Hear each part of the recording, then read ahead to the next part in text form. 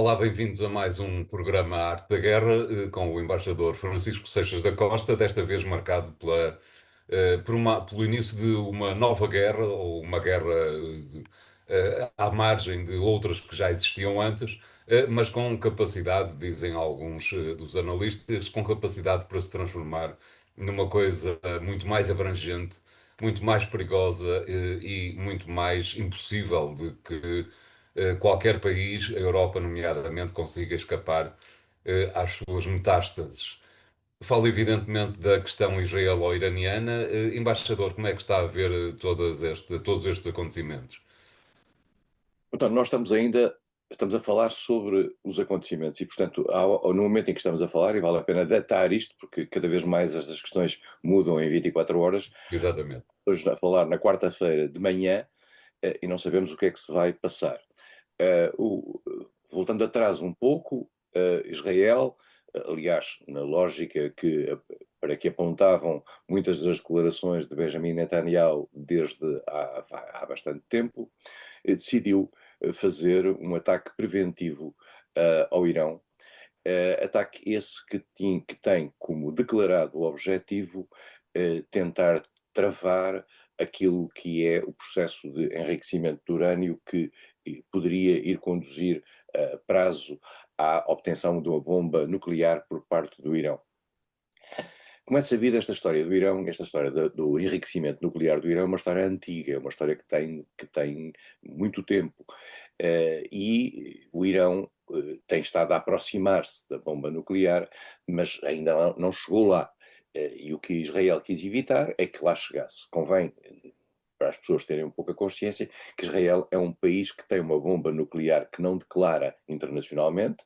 Não há mais pequena dúvida que tem essa mesma bomba nuclear, sabem-se os pormenores, sabem-se o número de ogivas que tem guardadas, portanto, estamos aqui com uma dualidade de critérios. Israel considera que tem direito a ter uma bomba nuclear, mesmo à margem da legalidade internacional, não sendo vigiado pela Agência Internacional de Energia Atómica. O Irão não tem direito, segundo Israel e segundo a generalidade dos países ocidentais, vale a pena dizer ocidentais, a ter essa bomba nuclear. No passado, houve uma negociação entre os países europeus e os Estados Unidos com o Irão, no sentido de garantir que o enriquecimento de energia o Bem, enriquecimento do urânio não se fazia para efeitos militares, mas fazia-se para efeitos civis, e para isso havia um controle por parte da Agência Internacional de Energia Atómica. Vale a pena dizer que o Irão é subscritor do Tratado de Não Proliferação Nuclear. Esse acordo foi assinado, era um acordo que previa um levantamento de sanções contra o Irão, em função do seu cumprimento dessa obrigação de não enriquecer o urânio para efeitos militares. Os Estados Unidos, na primeira administração de Trump, saíram desse acordo. Portanto, o Irão ficou uma vez mais à solta porque não tinha o compromisso internacional. E, portanto, aí os países europeus foi-lhes puxado o tapete, e o Irão terá enriquecido mais o seu urânio, mas não ao ponto de ter uma bomba nuclear. Não é essa a leitura israelita, mas eu já ouço a leitura israelita de que o Irão está prestes a ter uma bomba nuclear na semana seguinte há anos. Volto a dizer, aceitar este ataque preventivo de Israel face ao Irão é aceitar, e eu acho que é legítimo que algumas pessoas aceitem, que o Irão não pode ter uma bomba nuclear, coisa que outros países consideram que o Irão pode ter uma bomba nuclear, e que Israel pode manter uma bomba nuclear. Quer dizer, portanto, é preciso haver esta espécie de dualidade e de duplo critério. Israel fez um ataque, vale a pena também lembrar, para quem já não se lembra, que aqui há uns tempos, depois de todo um conjunto de ações retaliatórias por parte do Irão, por exemplo, contra os ataques feitos por Israel dentro da Síria a dirigentes iranianos que lá estavam na própria embaixada iraniana em Damasco. Houve ataques iranianos a Israel, contrapostos e travados, de certa maneira, pelaquilo que é o Iron Dome, que é uma cobertura que Israel tem de natureza militar, dada pelos Estados Unidos e para a qual outros países ocidentais contribuem, E esses ataques, digamos, provocaram estragos mínimos em Israel. Israel fez algumas retaliações e agora decidiu, por decisão própria, atacar esses sites nucleares. A grande questão que está em saber é o seguinte: em primeiro lugar, é se é possível a Israel atacar esses sites nucleares de forma eficaz se não tiver uma colaboração dos Estados Unidos. E até agora, as várias administrações americanas tinham sido muito prudentes naquilo que era o ataque ao Irão. Privilegiaram sistematicamente o diálogo com o Irão e a tentativa de encontrar um acordo com o Irão. Os Estados Unidos estavam em negociação constante com o Irão nas últimas semanas. Israel decidiu avançar. Ao que parece, Trump terá mudado de ideias, isto é, terá prescindido da negociação e terá, de acordo com as informações, mas nós estamos em cima do acontecimento, ter-se-á aliado a Israel para um ataque definitivo ao Irão, para acabar com as instalações nucleares ou protonucleares, porque nelas ainda não são, digamos, não há energia nuclear nesse aspecto. Estamos nisto, o António diz bem, este ataque tem um efeito preventivo, mas tem essencialmente um efeito, vale a pena dizê-lo, de tentativa de mudança do regime do Irão. O Irão é um país de Que 89, legitimidade é que há nessa tentativa, embaixador? nenhuma. Nunca há uma legitimidade, mas já houve. Qual é a legitimidade que os Estados Unidos tinham em 2003 para fazer o ataque ao Iraque?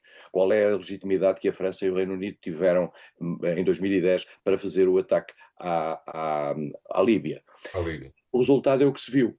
A Líbia está transformada num caos, o Iraque ficou transformado num caos. Mais do que isso, o Iraque não só ficou transformado num caos, mas também aquele equilíbrio que existia entre o Irão e o Iraque, que de certa maneira travava o Irão, desapareceu. O Irão, mais do que isso, tornou-se, numa certa altura, importante na vida política interna do Iraque. E o vazio que ali criado deu origem, como todos nós sabemos, é uma coisa clara, ao Daesh, com os mortos que isso representou em toda a área e com as tais metástases, como o António falava, que se espalharam um pouco, quer pelo Médio Oriente, quer mesmo por África. E, portanto, estamos aqui num terreno em que parece haver um novo projeto de tentativa de mudança de regime. No Irão, resta saber se o Irão não vai implodir. O Irão é uma velha civilização e um país com uma história muito grande, maior do que existia no Iraque ou na Líbia.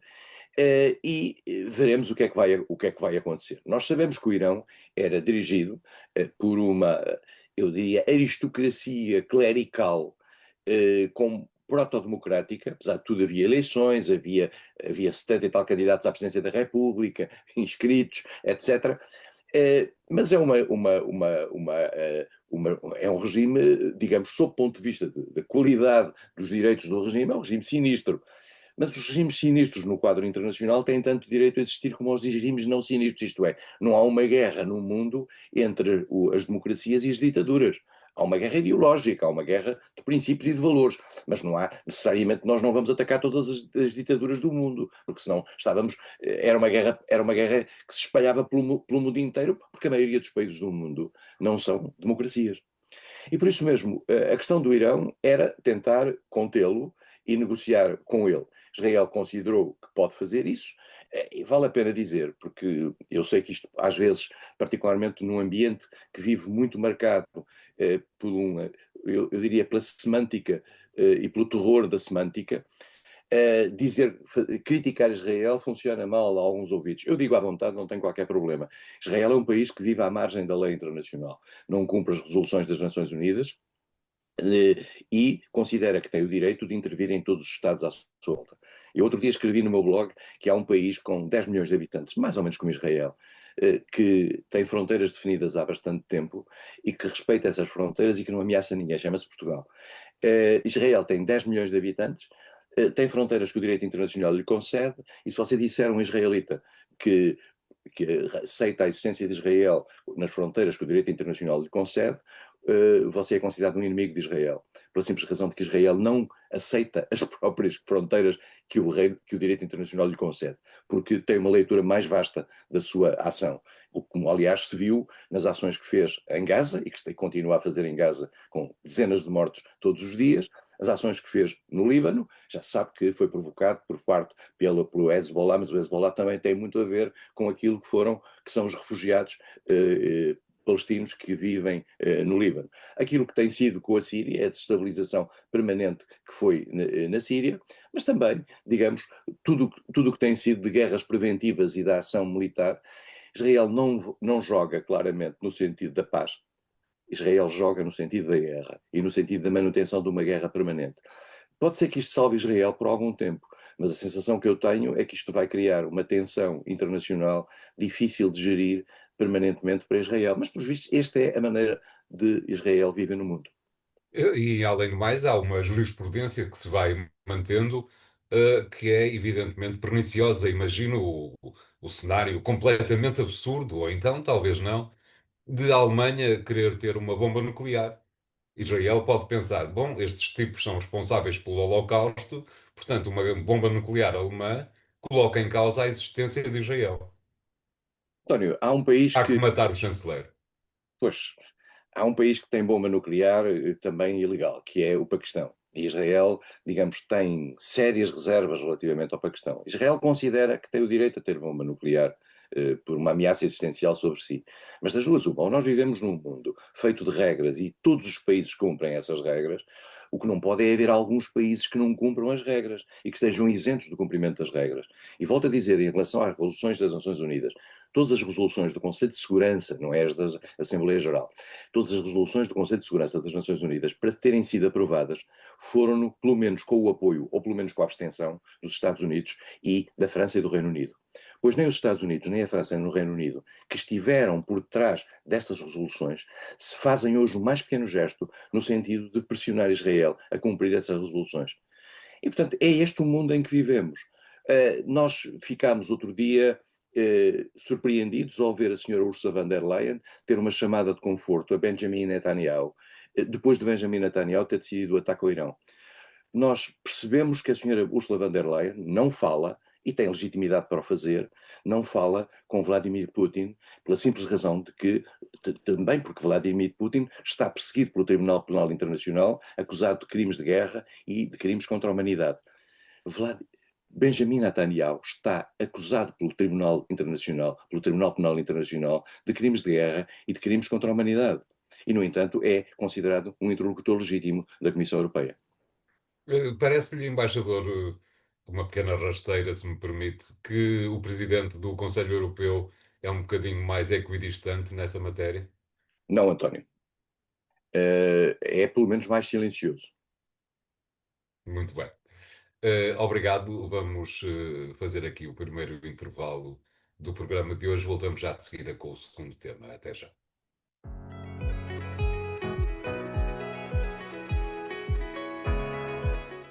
Bem-vindos à segunda parte da Arte da Guerra. Desta vez, embaixador, para lhe pedir a sua análise sobre o que aconteceu no Canadá a propósito da cimeira do G7, que Trump teve que deixar com alguma pressa, porque organizou uma reunião do Conselho de Segurança Nacional.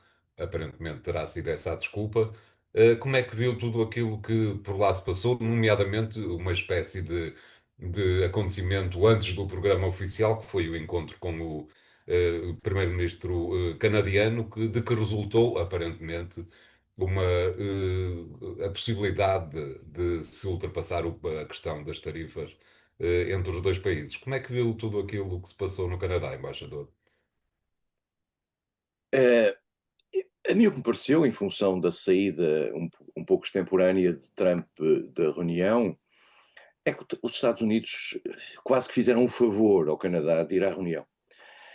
O G7, o G7 tem uma estrutura das grandes economias internacionais, das 7 principais economias internacionais, estão lá as economias europeias mais importantes, o Reino Unido, a França, a Alemanha, a Itália, está o Japão, está o Canadá, estão os Estados Unidos e está presente, digamos, como observador, mas obviamente participante, a União Europeia através da presença do Presidente da Comissão Europeia e do Presidente do Conselho Europeu. E a Ucrânia, que está em todo lado. Mas a Ucrânia é um visitante, um visitante Sim, sistemático. sim, desta vez como a Índia também. E quase sempre o G7 faz um convite a outros países, nomeadamente a países que são, enfim, que estão num patamar imediatamente a seguir. O Brasil, a Índia, esses países são convidados, como diz o Lula, com alguma graça, para o cafezinho. E o G7 não é uma estrutura decisória. O G7 é uma estrutura de tentativa de coordenação das grandes economias do mundo. A partir de 1997, e tendo em conta aquilo que foi a queda do Muro de Berlim, a implosão da União Soviética, etc., a Rússia foi convidada a ingressar no G7 e o G7 passou a G8. Depois, com a invasão russa da Crimeia, a Rússia foi afastada do G8 e Trump diz hoje que isso foi um erro e que isso provocou um conjunto de consequências, nomeadamente a atitude posterior da Rússia no quadro internacional. Trump pode ter aqui alguma razão, mas seria difícil, de facto, para os países ocidentais ter a seu lado alguém que titula um país que teve uma ação que eles próprios condenam permanentemente de forma muito veemente. Portanto, é um pouco difícil ter à volta da mesa, não haver à volta da mesa um consenso sobre uma coisa essencial como são as ações russas na Ucrânia.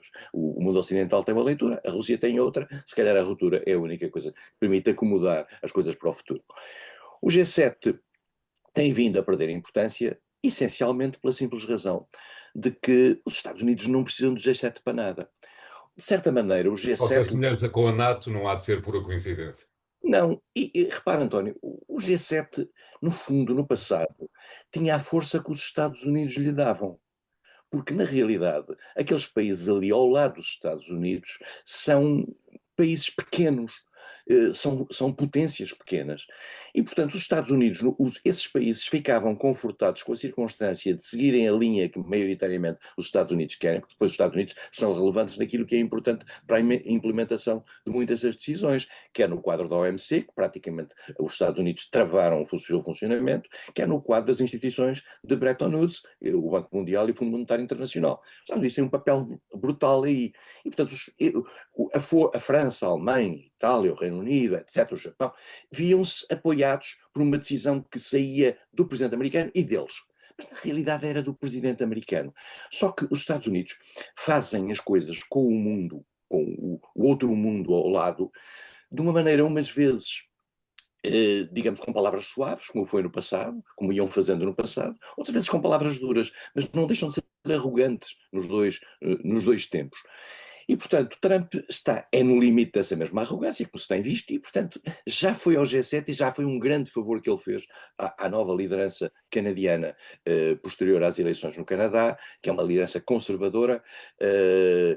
Trump praticamente tinha liquidado a liderança anterior, de Justin Trudeau, e de certa maneira, digamos, atiçou as forças dentro do Canadá contra os Estados Unidos. E agora este novo primeiro-ministro Carney está a tentar, digamos, recusar a relação com os Estados Unidos e fez os esforços possíveis, e eu diria até quase de uma forma quase humilhante no início do G7, mas não conseguiu tirar um grande resultado desta reunião, e a última fotografia que existe, com Zelensky, com Lula, etc., já não tem o presidente dos Estados Unidos. E, portanto, estamos aqui com dois mundos diferentes. O G7 tenta ser também, já agora vale a pena lembrar, relevante dentro do G20. O G20 é uma estrutura que existia, que tem atrás de si cerca de 85% do PIB mundial, e que são os 20 países mais desenvolvidos, mas dentro do G20 há uma grande relutância em aceitar as regras que vêm do núcleo G7. E essa relutância tem-se vindo a consubstanciar na criação de alguma força dentro do G20 dos chamados BRICS. A China, a Rússia, o Brasil, a Índia, a África do Sul têm dentro do G20, digamos, sublinhado os seus interesses. E o G20 hoje tem alguma cacofonia em termos da maneira como representa as diversas economias que ali estão. O G20 foi importante, em particular a seguir à crise de 2008, porque conseguiu criar, digamos, posturas comuns, não há decisões do G20, mas posturas comuns em relação a determinados elementos, nomeadamente de natureza financeira, mas hoje em dia o papel da China dentro dos BRICS faz uma espécie de um contraponto ao papel dos Estados Unidos junto do G7, e por isso o G20 é, digamos, essa amálgama complicada de gerir. Veremos o que é que vai acontecer. O G20 vai continuar a reunir-se de X em X X tempo nos países desenvolvidos, rotativamente. Vamos ver a importância que os Estados Unidos vão dar ao G20, como vamos ver a importância, peço desculpa, o G7, como vamos ver a importância que os Estados Unidos vão dar ao G20, como vamos ver a importância que os Estados Unidos vão dar à NATO, e em particular o modo como ouvem os seus parceiros. Parece-lhe que o G7 devia incorporar a China, embaixador, e uma vez que não incorpora, acaba por ficar um pouco desligada da realidade do globo. A China nunca foi convidada para o G7, contrariamente à Rússia. À Rússia, exatamente. A China é considerada uma economia, vale a pena olhar, por exemplo, para a Bolsa Estratégica Europeia ou para o último documento, para a última conceito estratégico da NATO. A Rússia é considerada um país hostil, a China é considerada um país hostil, digamos, e não é eu diria que não tem a característica para estar à volta da mesa daquela maneira com as outras economias europeias, as outras economias. Tanto mais que se considera que à volta, o G20 tem uma característica, os países são democráticos. A China não é um país democrático e, portanto, sendo embora uma economia de mercado, reconhecido pelos países ocidentais como uma economia de mercado que lhe permitiu ter grandes vantagens tiradas da circunstância de ser membro da OMC, a China não é vista como tendo os requisitos mínimos para ir para o G20, sendo embora uma economia importante no quadro mundial. Eu acho que, de certa maneira, o G7 olha para a China, eu há bocadinho disse G20, o G7 olha para a China como um adversário. Obrigado, embaixador. Vamos ver o que é que acontecerá para o ano. Com certeza, talvez seja possível que na próxima reunião do G7 Trump resolva mandar o vice-presidente e não tenha que se maçar em ir onde quer que seja que a reunião seja realizada. Vamos fazer aqui o segundo intervalo do programa de hoje. Voltamos já de seguida com o último tema. Obrigado e até já.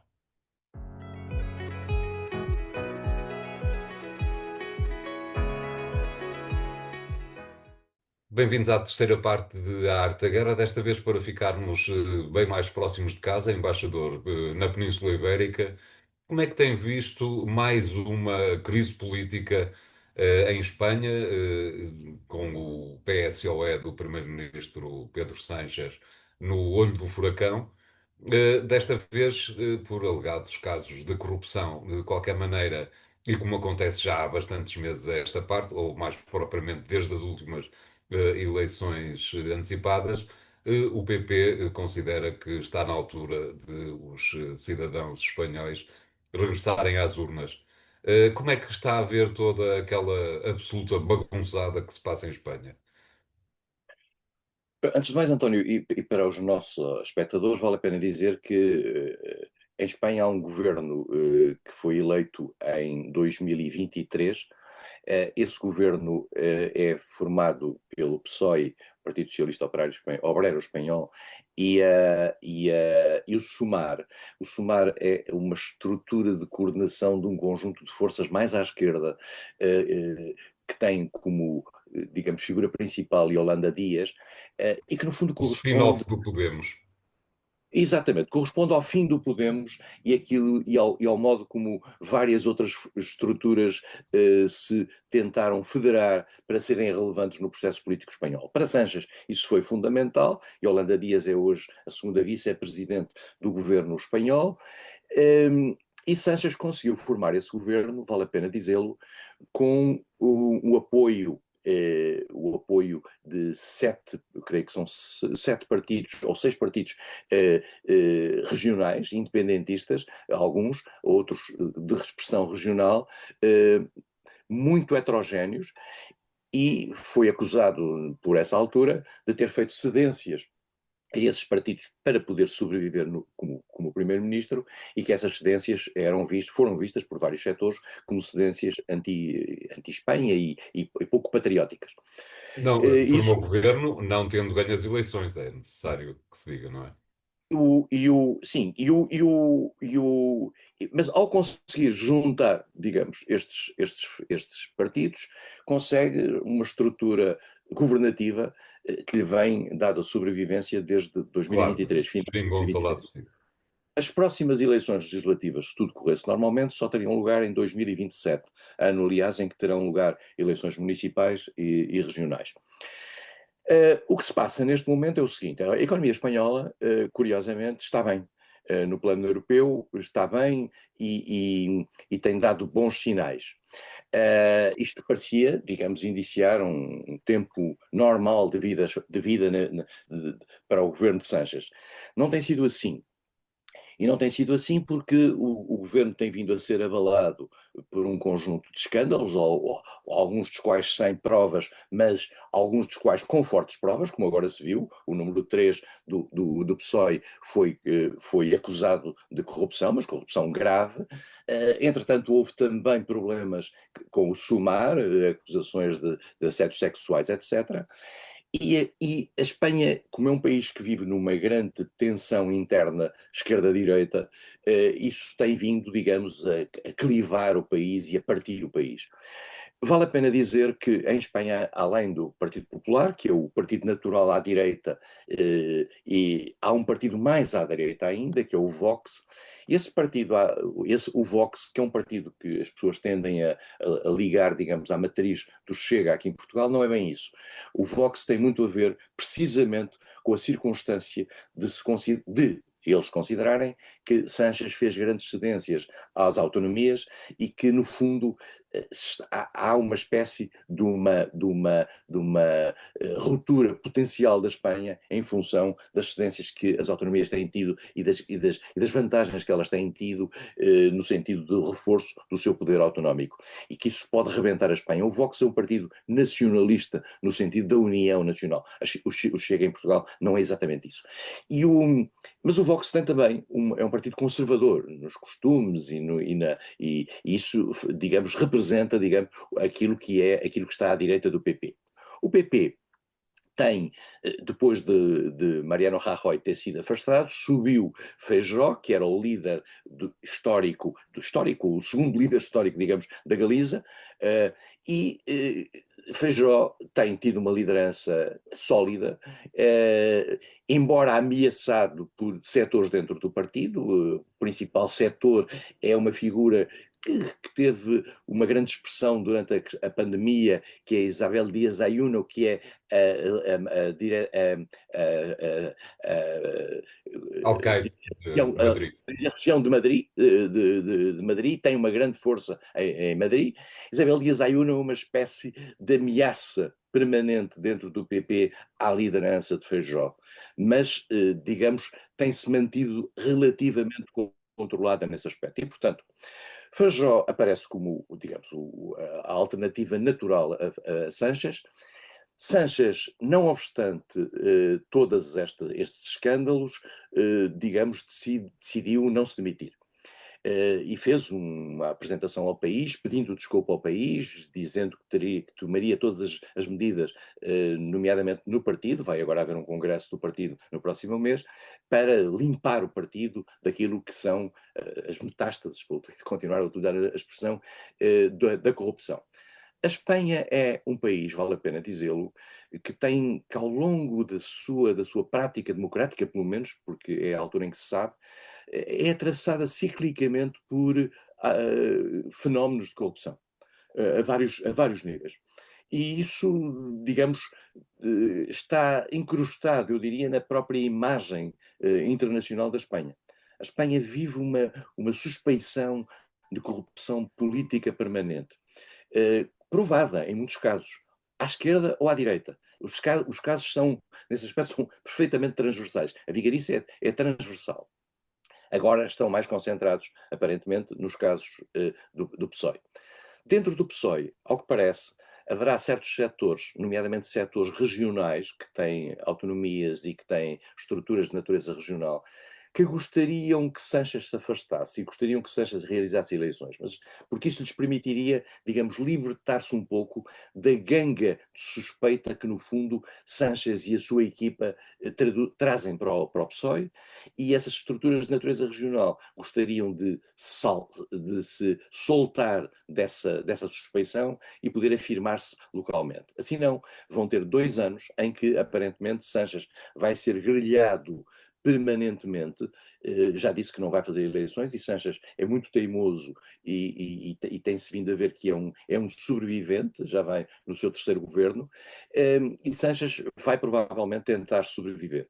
Tem tido, volto a dizer, a questão económica a seu favor, embora agora haja um aumento do desemprego, que nós sabemos sempre que em Espanha tem um coeficiente de multiplicador um pouco maior do que no resto da Europa, por razões locais, mas a economia está relativamente bem.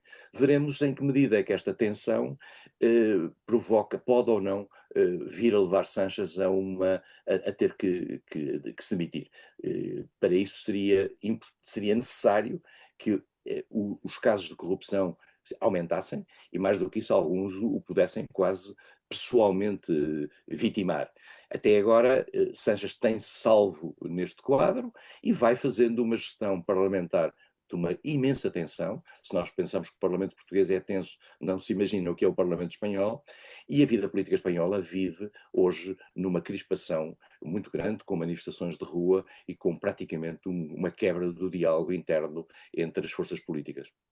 De algum modo, Pedro Sanches também está a usar, dir-me-á se concorda ou não, embaixador, o palco internacional para de alguma forma sacudir a pressão interna, não é assim?